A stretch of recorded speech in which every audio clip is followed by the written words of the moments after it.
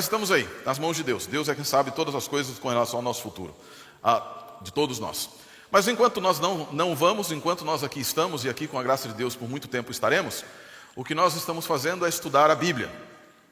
Estudar a Bíblia de uma forma mais aprofundada, trazendo mensagens que nos tragam, não apenas aquela coceirinha no ouvido que a gente algumas vezes gosta de ouvir, né? Ai, Jesus te ama, Jesus ama você, tudo que você, o melhor de Deus está por vir, e coisas assim, coisas vazias, que no final das contas, você ouve em qualquer lugar, você não precisaria estar aqui, no sábado às 9 horas da manhã, para ouvir isso.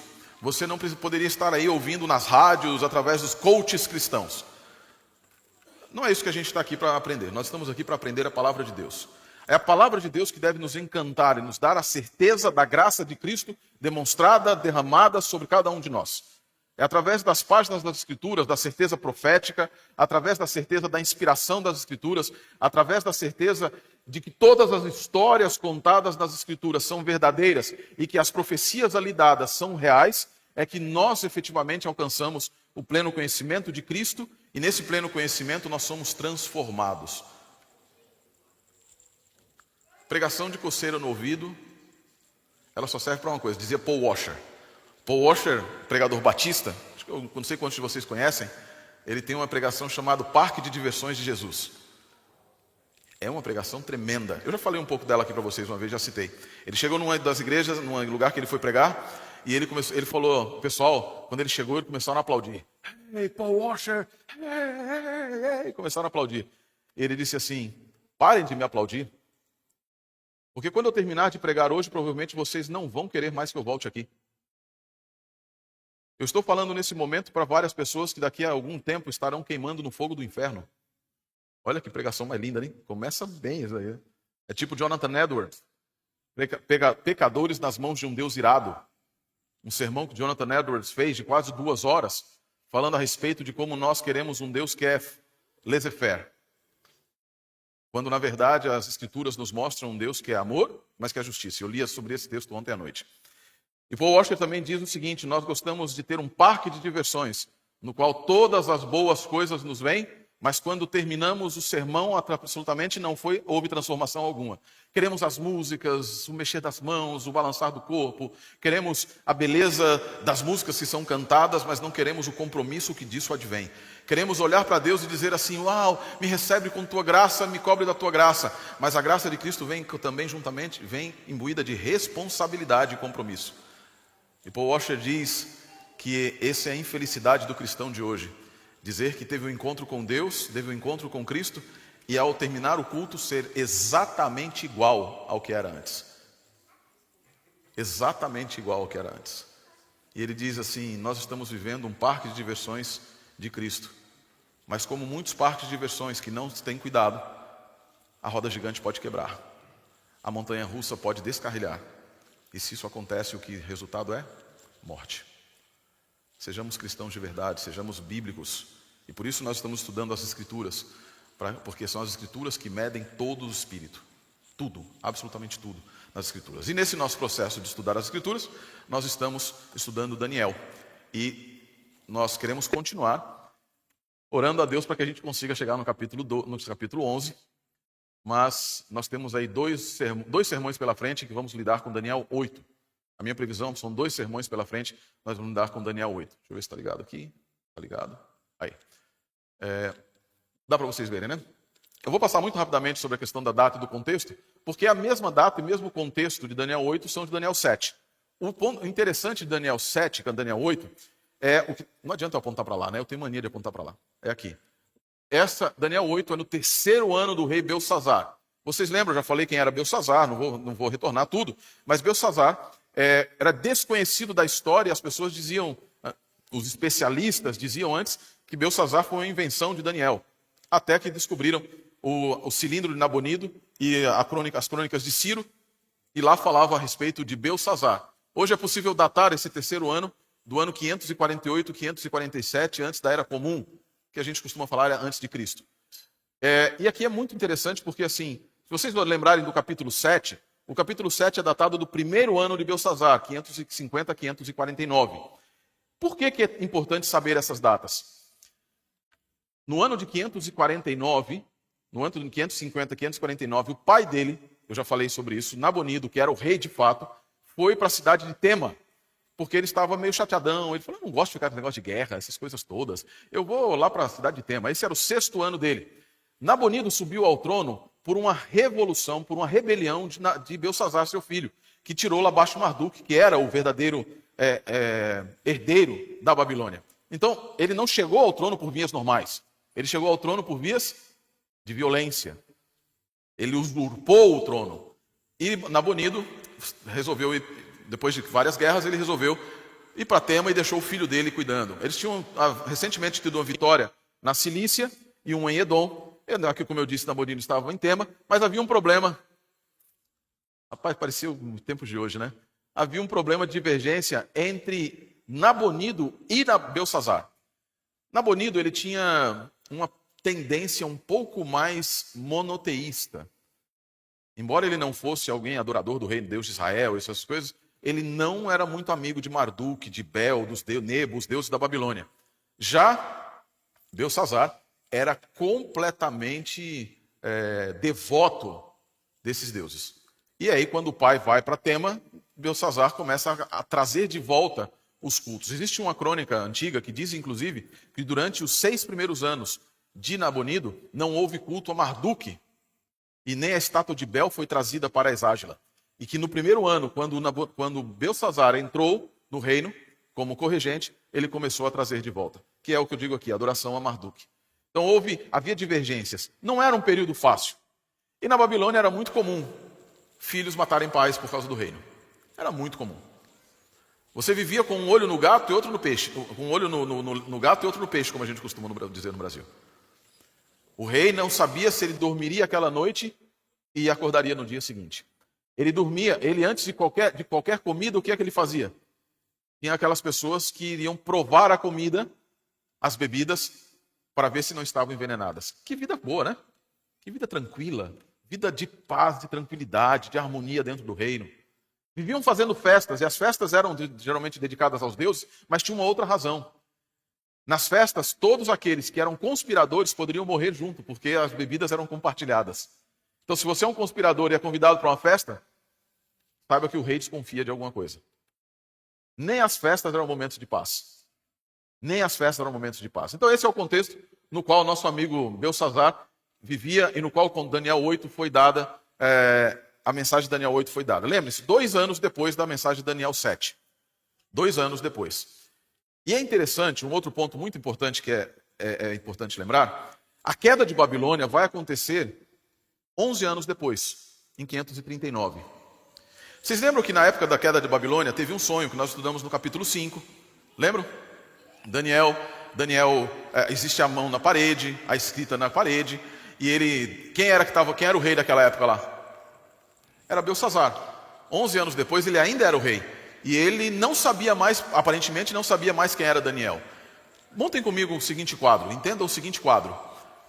Nos 2 primeiros anos de Belsazar, nos 3 primeiros anos, Deus envia mensagens dizendo que o reino de Belsazar vai cair, que a Babilônia vai ser destruída.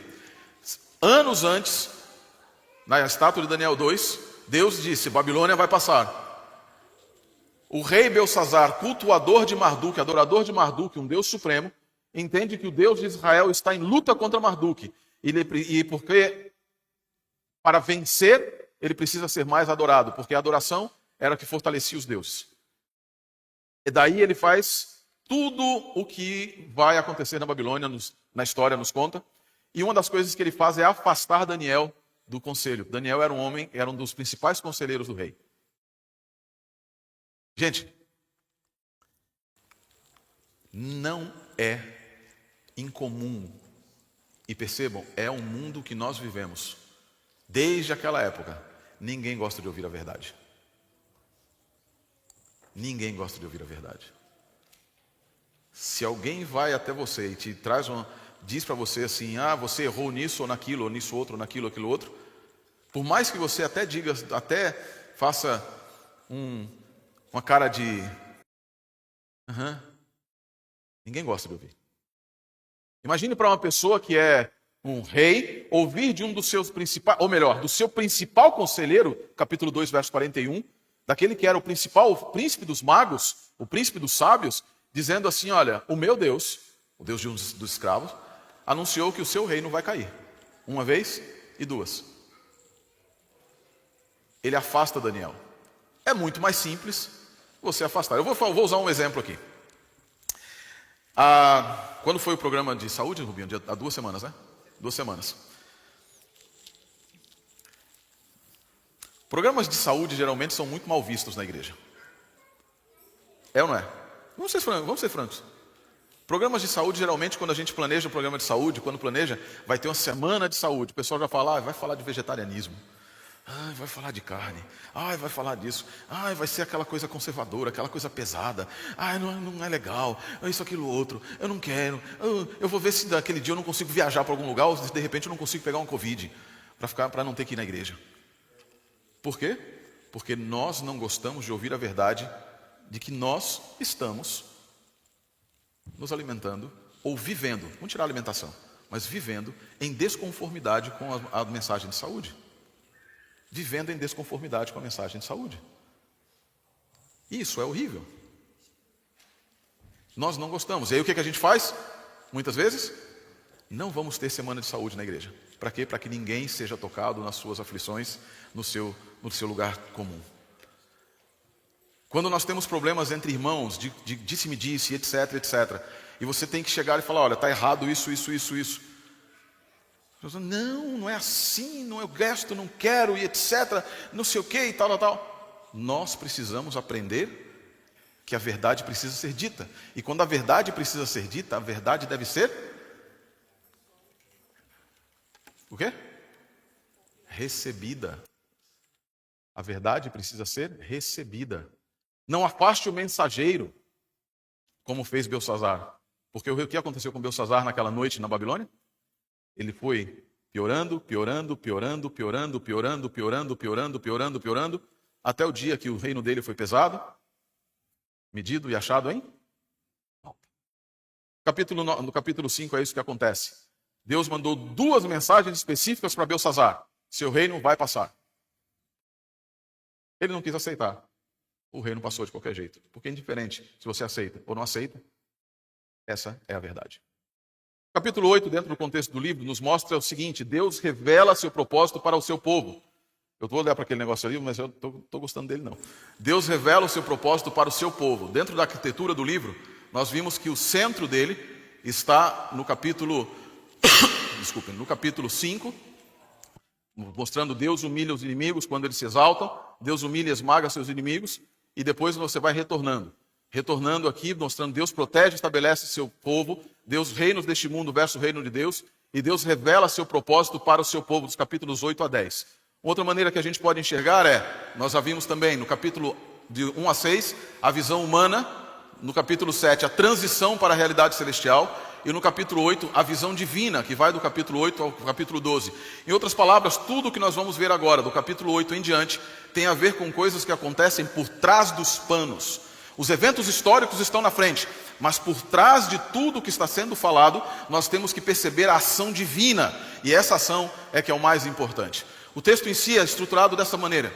Nós temos um prólogo, versos 1 e 2, a descrição da visão dos versos 3 a 14, onde temos um carneiro, um bode, o chifre pequeno, a arrogância do chifre pequeno, a resposta do céu, a arrogância do chifre e a tudo o que acontece antes na visão, a interpretação que é dada da visão, dos versos 15 a 26, que tem a ver com a visão em si, a interpretação da visão em si, dos versos 3 a 9, e a indignação e a resposta divina. O que causa a indignação e a resposta divina, interessante, é apenas e tão somente o chifre pequeno, a arrogância do chifre pequeno e o chifre pequeno, suas atitudes.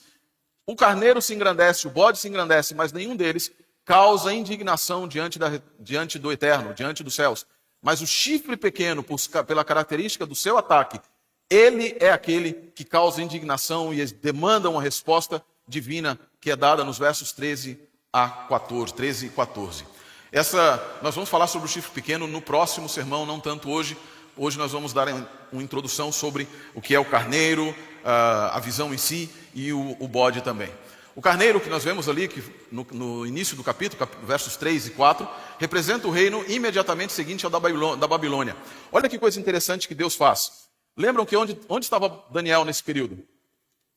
Onde ele estava? Ele estava na Babilônia. Estava na Babilônia, ele estava no 3º ano do rei Belsazar. Mas ele começa o capítulo, começa a visão no verso 2, dizendo que ele pareceu-me estar em Susã. Susã é a futura capital da Pérsia, da Medo-Pérsia. Pareceu-me estar, ele não estava. Mas ele no capítulo 8, verso 2, ele diz assim: pareceu-me estar em visão lá em Susã, nas margens do rio Ulai. Por que Deus faz isso com ele? Porque na mente divina, a queda de Babilônia já é uma certeza. Na mente divina, e para colocar na cabeça de Daniel, e para quando Daniel fosse falar para o rei e falar para as outras pessoas, ele já estava vivendo o futuro e não preso no presente. O presente era Belsazar, o futuro era Susã.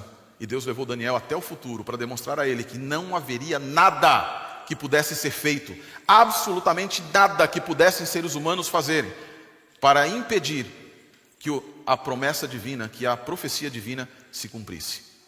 Profecias apocalípticas têm isso. A profecia apocalíptica não responde à condicionalidade humana. Ela não depende do que você vai fazer, nem do que eu vou fazer. Ela não depende de reis, não depende de reinos, não depende de governantes, não depende de ninguém. A profecia apocalíptica, ela demonstra o absoluto controle divino sobre a história. Ela vai acontecer. Por isso que Deus leva Daniel para o futuro. Por isso que Deus leva Isaías para o futuro quando lhe dá uma profecia apocalíptica. Por isso que Deus leva João para o futuro. Por isso que os profetas falam como se eles já estivessem naquele momento. Lembram da profecia da Virgem? Isaías 7,14, porque um filho se nos deu, um menino nos nasceu. Verbos no passado, embora a vinda desse menino estivesse no futuro. Porque na mente divina, aquilo que Ibn Ezra chama de perfeito profético, na mente divina, aquilo já é uma realidade. Na mente divina, Susã já é a capital política do império representado pelo Cordeiro. Na mente divina, Daniel já está no capítulo 10, quando ele diz que estava em Susã. Ele já está lá em Susã. É lá que ele está vivendo agora. É lá que, pelo menos, ele está lá como representante do reino. Por isso, Deus lhe dá uma certeza, lhe dá já: Daniel, vai acontecer. E aqui tem não apenas a questão política, mas Daniel se lembra, capítulo 8 e capítulo 9, extremamente importante se lembrar, que eles estão no contexto da proximidade do final dos 70 anos. Jeremias capítulo 29 fala que durante 70 anos eles seriam exilados na Babilônia. 549, já está próximo do final desse período. Deus está dizendo assim: eu prometi, eu vou cumprir. Jeremias 29, verso 11 diz: eu bem sei os pensamentos que eu tenho a vosso respeito, pensamentos de bem e não de mal, para vos dar um futuro e uma esperança. Para vos dar um futuro e uma esperança. Uma coisa que eu acho maravilhosa a respeito de quando nós estudamos profecia. A profecia mostra que apesar do mundo estar todo o contrário, as coisas vão acontecer exatamente como foi previsto, como foram previstas. A profecia mostra que o meu futuro é certo. E nós vamos chegar lá dentro em breve.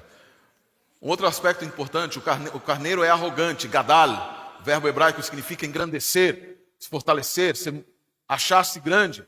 E ele dá amarradas para as mesmas 3 regiões representadas pelas 3 costelas da boca do urso, no capítulo 7. Sul, oeste e norte. Em outras palavras, Babilônia, Elão e Egito. Eles ali estavam,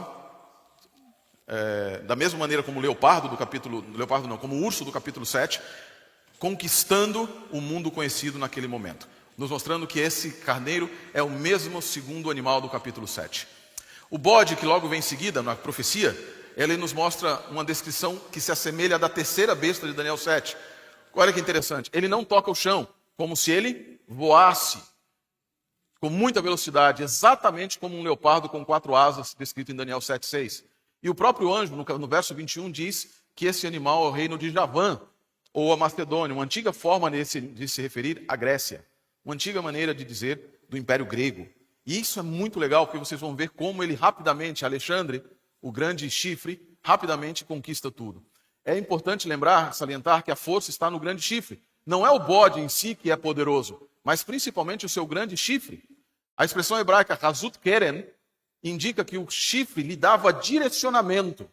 Ele só se movia porque aquele grande chifre era poderoso. Antes de Alexandre, houve outros reis, Filipe II, pai de Alexandre, Filipe I, Alexandre I, mas nenhum deles teve o poder, a visão, nenhum deles teve a motivação que Alexandre o Grande teve.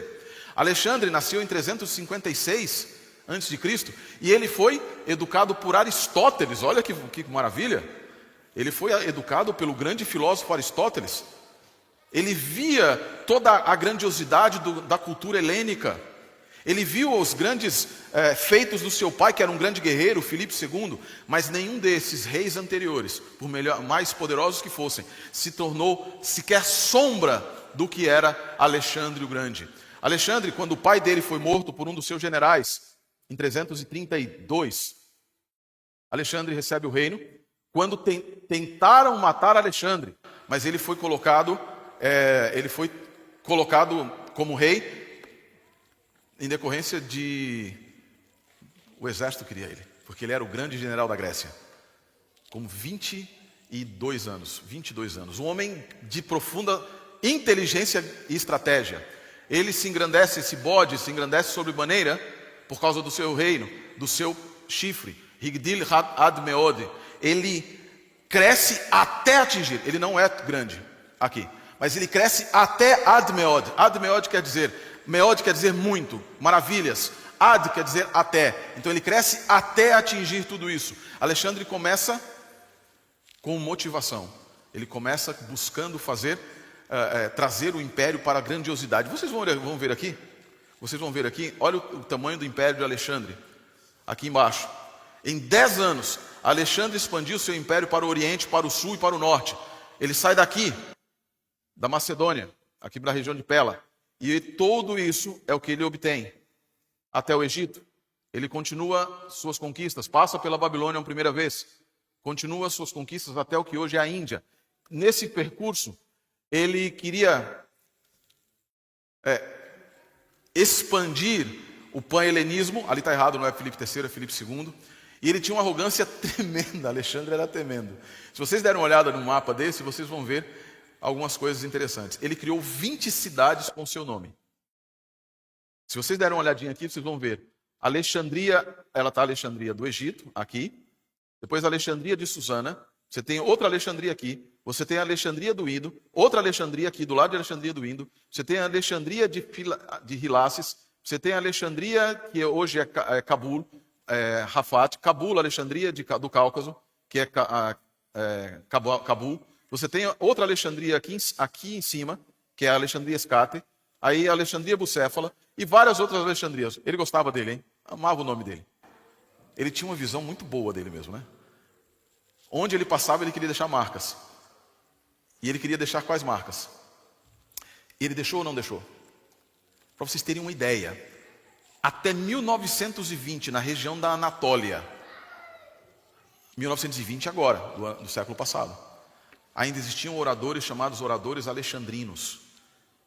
Oradores alexandrinos, que tinham por objetivo de ensinar às crianças a doutrina do pan-helenismo de Filipe II e Alexandre o Grande. Eu já falei da outra vez, quando nós introduzimos Daniel 2, do impacto da Grécia. Do capítulo a respeito da Grécia, é dito que aquele terceiro reino iria expandir. Já até tiraram dali. Já iria expandir e estar em toda a terra. De que maneira é isso? Através do poderio guerreiro? Não. Nós pensamos como pensamos, porque os gregos pensaram como pensaram.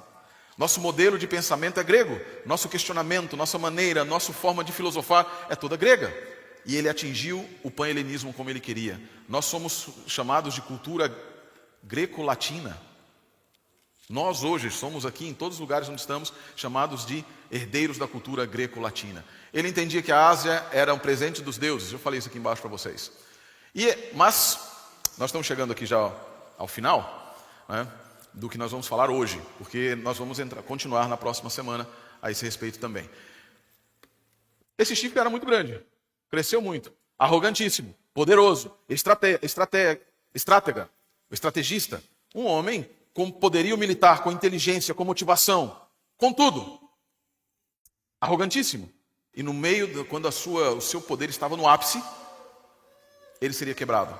Alexandre morre na Babilônia quando ele estava voltando de uma incursão no Oriente.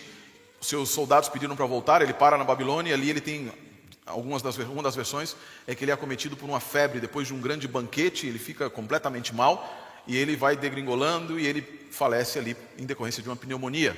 Ele acontece em 323 e representa uma fratura no Império Macedônico. Imediatamente várias guerras menores surgiram com os generais tratando de tomar o seu lugar. Ao final, 4 desses generais, de acordo com a profecia bíblica, diz que ele seria quebrado e em seu lugar surgiriam 4 outros grandes chifres. 4 generais, Seleuco, Ptolomeu, Lisímaco e Cassandro, são aqueles que dominam agora o dividido Império Macedônico. Aqui está a divisão deles. Você tem aqui em cima Cassandro, Seleuco, Ptolomeu e Lisímaco aqui nessa região. Vocês veem o Império Seleucida, domina Jerusalém, Babilônia, domina grande parte do império. A profecia se cumpriu de maneira extremamente precisa. Desses chifres apenas é dito que eles cresceram, continuaram crescendo, mas não ao ponto de sobrepassar o nosso amigo, grande amigo Alexandre o Grande. Por fim, apenas a nível de introdução, nós temos o chifre pequeno.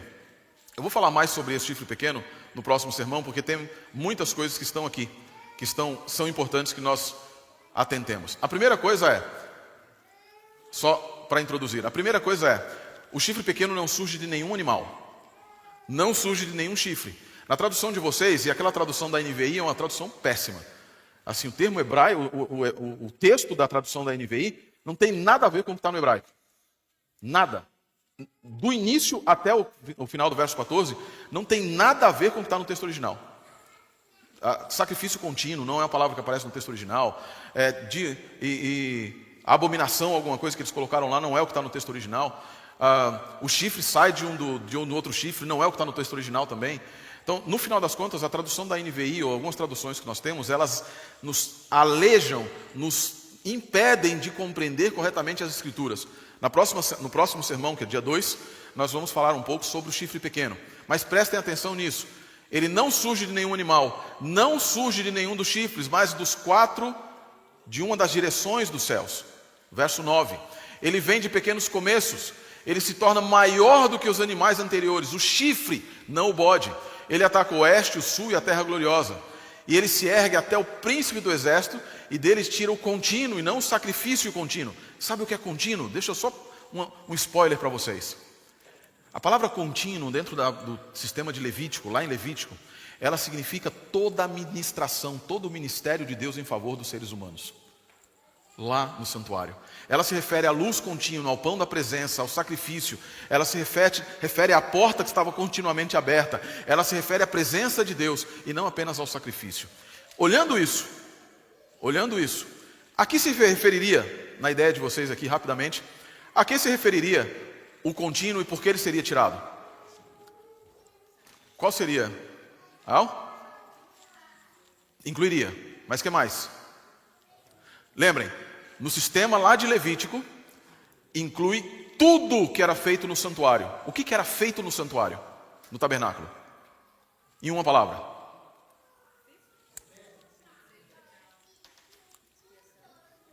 Mais uma? Tinha mais uma coisa.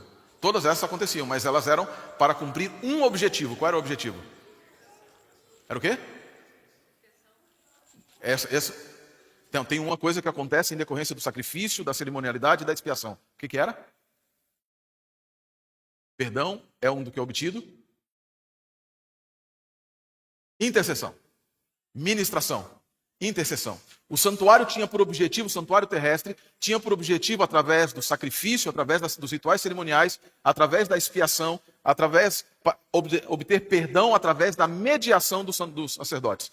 Se nós pensarmos nisso, a retirada do contínuo significa o quê? Se ele se ergue até o príncipe do exército e dele tira o contínuo, que representa a ministração, o que significaria a retirada da ministração desse príncipe do exército? Um ataque direto contra a ministração de Cristo no santuário celestial, retirando da mente das pessoas, retirando o santuário e a centralidade da salvação em Cristo da mente das pessoas. Colocando onde? O próprio texto diz, sobre o contínuo colocou um exército.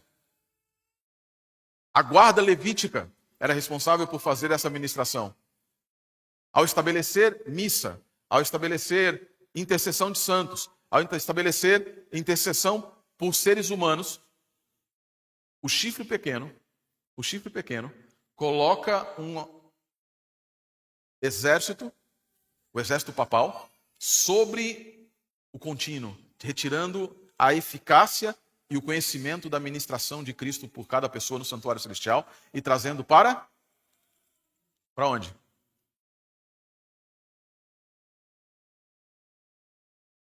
Pode falar, gente. Trazendo para onde? Para as cabines da cúria, na qual eu busco mediação por um homem que é tão pecador quanto eu. Onde eu busco alguém que precisa tanto da graça de Cristo quanto eu para que ele me perdoe. Isso é uma corrupção do evangelho verdadeiro. Isso é uma corrupção do evangelho verdadeiro. Isso é tão importante que olha o que diz assim, ele lança abaixo o lugar, o Makon do seu santuário. Makon, em hebraico, significa lá no Salmo 84, 17, justiça e juízo são a base do seu trono. Qual é a base do santuário? A ministração contínua de Cristo em favor dos seres humanos. Ao lançar abaixo a base do seu santuário, o que o chifre pequeno fez foi tentar retirar a eficácia e esconder das pessoas que nós temos um único mediador entre Deus e os homens. Jesus Cristo, homem. Nós não precisamos de nenhum outro.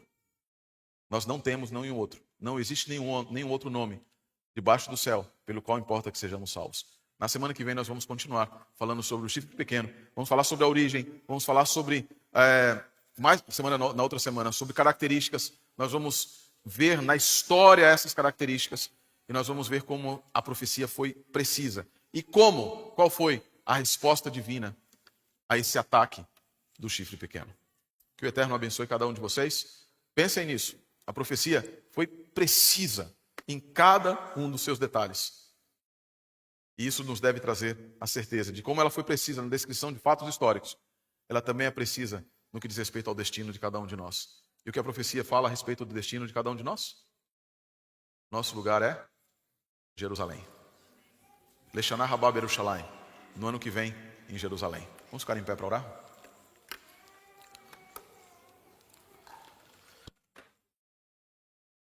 Adonai, Deus de Israel, nosso Criador e nosso Senhor, nós estamos felizes porque muitas coisas aconteceram conosco durante os anos que passaram, durante os meses que passaram, durante a semana que passou. Mas nós sabemos que nenhuma delas escapou ao teu controle. Fossem aquelas ruins para aprendizado, fossem as boas para louvar e engrandecer o teu nome. Hoje nós tivemos um batismo da irmã Zinara, Pai. E nós te agradecemos porque apesar do ataque do chifre pequeno, apesar do ataque dos poderes inimigos contra a ministração no santuário celestial, contra o conhecimento dessa ministração, o Senhor continuou ministrando, o Senhor continua ministrando, o Senhor continua salvando. E hoje a irmã Zinara, ao receber esse conhecimento a respeito da tua ministração, a aceitou como eficaz na vida dela e desceu as águas do batismo. Dentro de alguns outros dias, de alguns poucos dias, teremos mais batismos nesta igreja. Teremos mais pessoas entregando a sua vida nas tuas mãos, reconhecendo que do santuário celestial brotam graça, verdade, justiça e juízo. Mas, sobretudo, brotam o amor de um Deus que não nos deixou sozinhos, o amor de um Deus que desceu na figura do Filho, Jesus, para nos salvar, para morrer por nós. O amor de um Deus que trabalha conosco através da terceira pessoa da divindade, o Espírito Santo, e que nos leva a um conhecimento perfeito, completo de Ti. E pedimos que Pai, Filho e Espírito Santo habitem na vida de cada um de nós nesta manhã, porque oramos em nome de Cristo Jesus, pela intercessão do Santo Espírito. Amém, Senhor. Amém.